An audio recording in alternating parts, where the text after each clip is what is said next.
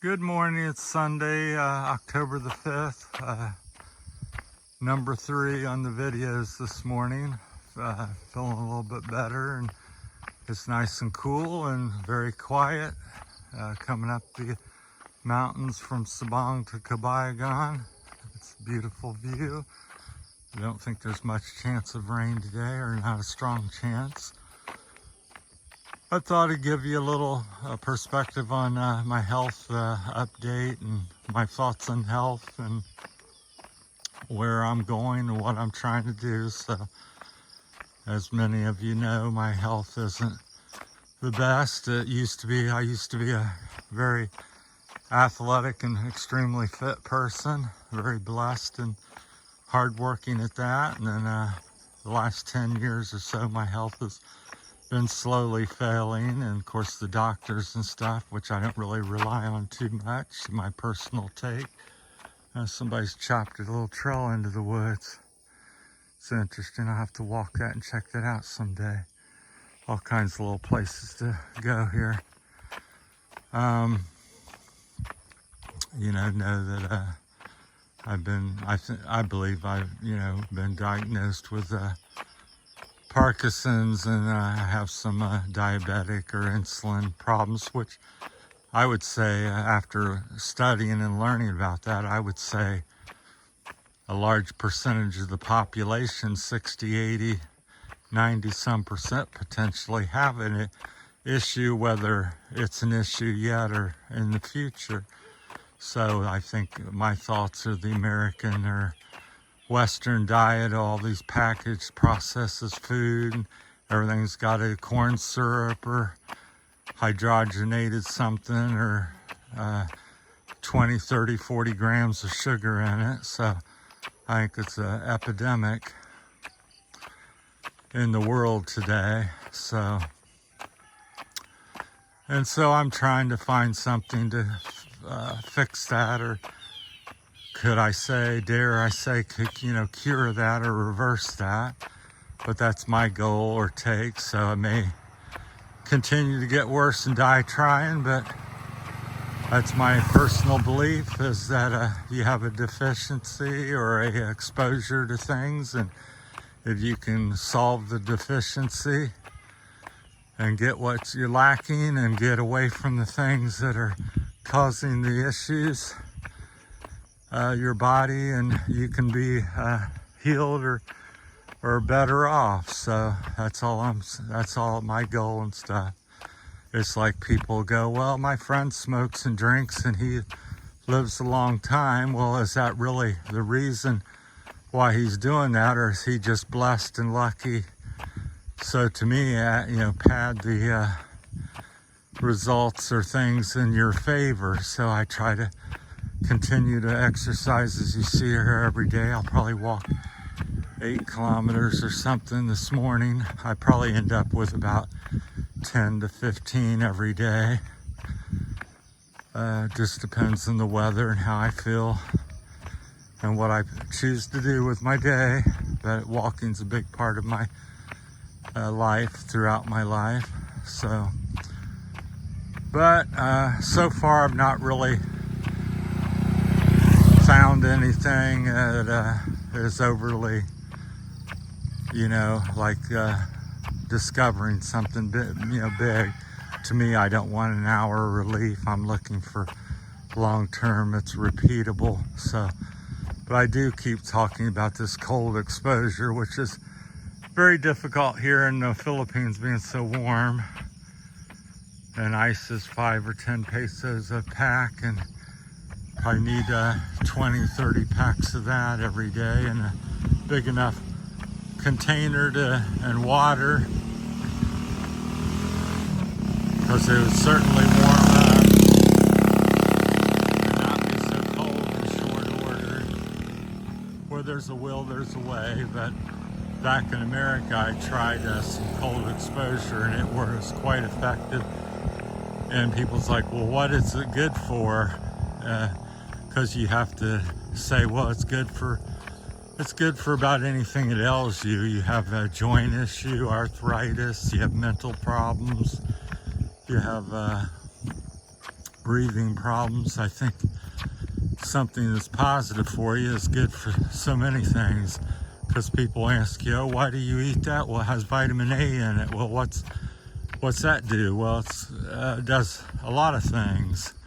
You know, what's that mineral do? What's copper do, or iron, or zinc, or magnesium? Well, many things, probably hundreds of dozens and dozens of different bodily functions is the answer that I like to give. So there's, I kind of know that person. We holler out every day almost and say good morning. He lives there with his, I guess, family and manages this farm.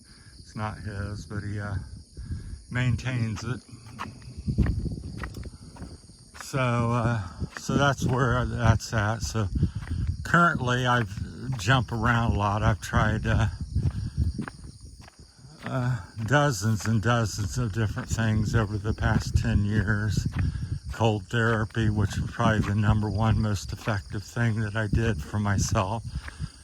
Like I said, I have some sort of diabetic insulin issues, and been diagnosed by several doctors, friends of mine, that say they're quite certain I have Parkinson's. Or Parkinson's-like symptoms for sure, even if it's misdiagnosed. Which, if you don't know, at least for me, it's like every part of your body struggles. Constipation, chronic fatigue, bloating, a little joint pain. Really not been a lot of pain, just immobility. Can't lift your arm, your hand shake, leg shake, foot shake, some swelling occasionally. You name it, it's I think I've experienced it over the last 10 years. So currently, last week, I've been dabbling with a little bit, some kind of keto, carnivore diet. I'm not a big fan of any particular diet, because I think when they say, well, just eat meat, I think that's somewhat nonsense. I think we're meant to have forage, because people say, well, a bear eats blueberries, and eat some salmon and all kinds of stuff. Same with the dogs. Somebody will say, well, dogs are built to eat meat. Well, I think that's true, like a wolf, but they also, I see them eating grass and eat other things as they, go along. I've owned many dogs, so I think people's the same way. So to say you should only eat fruits or vegetables or meat, I think is not necessarily true. I think it's a balance. Now, you may need more of something, which is I'm in agreement with that. So you may need less of the fruits and more vegetables, or more meat and fat. But the frustrating part for me and many people is all the misinformation on the internet. Because you watch one video, well, oatmeal's wonderful for you and heart healthy. Then the next video, very next one you click on, oh no, it does this and causes inflammation. It's not good for you. It's processed and blah, blah, blah. At the end of the day, folks, my 2 cents on, that's probably what it's worth, is if you do something and it works for you, continue doing it. And because results and the way you feel and what you can do, there's no lying or faking about that. So if you eat bananas and somebody else says bananas are awful for you, and you eat bananas and you can run 50 miles and bike 100, and you get up feeling great and have good energy, well, then bananas aren't so bad, at least not for you. So that's my common sense and old-fashioned attitude. So I think we all require something similar but slightly different, because we're all living, breathing, and and we're not all one thing, but we have similar parts. So what usually works for one will probably work for another. It might be different amounts. You may be allergic to something, but you know, to me that's the end of the day. And keep changing. And here comes some noisy bikes up the hill here. But you know, take charge of your own health care. I think so much coming from an American very educated society and stuff. You know, oh, it's your health care provider. To me, I think that's kind of, you know, bull crap, if I can say that to you, which I just did. Is that, you know, I think your health care provider should be you. There's nobody that should care more about your health and how you're feeling and know more about how you're feeling than you. So go ahead and get people's advice and ideas and then implement them and see if it makes you better, and also give things a try. Because sometimes it's just like an exercise routine, because I was very extremely fit and worked out and did all kinds of sports. You may say, well, biking's supposed to be good for you, but I went for a bike ride, my legs hurt, my butt hurts, and my back hurts. Well, that's going to be the case because it's going to take a week, 2 weeks, a month or two, up to 3 months or something to really fully acclimate and make the adjustments to cycling. So just like health and stuff, you may quit having sugary foods, but you're going to go with withdrawals because that's what you've known for 30, 40 years that you've been living, is you're used to ice cream and pies and cookies and all that type of stuff, and fruit drinks and juices. And when you make a switch, well, sure, you're going to have a week or 3 months of some discomfort of some sort, but so take your time with stuff and give stuff a fair try and be realistic and think about that type of stuff. But so I'll share what I'm doing and thinking. So right now I'm eating some vegetables, about a half a plate of vegetables and a half a plate of meat and eggs every day. Because I used to be a proponent when I was very athletic of, and I probably wasn't that wrong with that, of eating 5, 6, 7 meals a day, or some eating 7 times a day. But as I developed a health issue, and now that I'm older, I just feel like crap every time I eat, no matter what I eat. And now I've got a new idea and way of thinking. So I think, less is more. Try to go to, if you ate 6 times a day, try to narrow it down to 3. And then adapt what you're eating, which is what I'm doing. So meat, pork fat, chicken, fish, whatever I can get readily available where you're located. I'm here in the Philippines, so plenty of fish, plenty of chicken, plenty of pork. Beef and goat and other animals, or sheep, not so much. So here, pork and chicken and fish are plentiful. So that's what I'm taking advantage of now. Is that ideal in every circumstance? Again, just make some adjustments. People go, well, that pork's not so good. Well, I probably agree. And a lot of chickens, even in the Philippines, are, grain-fed and antibiotics and that type of stuff. So, but you make improvements slowly and steadily, and keep checking your results. Good morning. I caught you close to your house this morning. So I left early. Yeah, well, good seeing you. That's my friend from the restaurant. They live up here. She's engaged to this Australian man. They have a business interest, and she walks surprisingly most days from her house to Sabang, which is about 4 kilometers. So we've gotten to be somewhat friends or know each other. She lives down here at the bottom of this hill. So now her future husband, he doesn't like to walk or do anything. He loves motorcycles like I do as well. So, but that's my thoughts on health, health care. And so I'll let you know what that thinks. I've just really been dabbling with it, but I have some cheat days where I had an ice cream or pop and couldn't go on.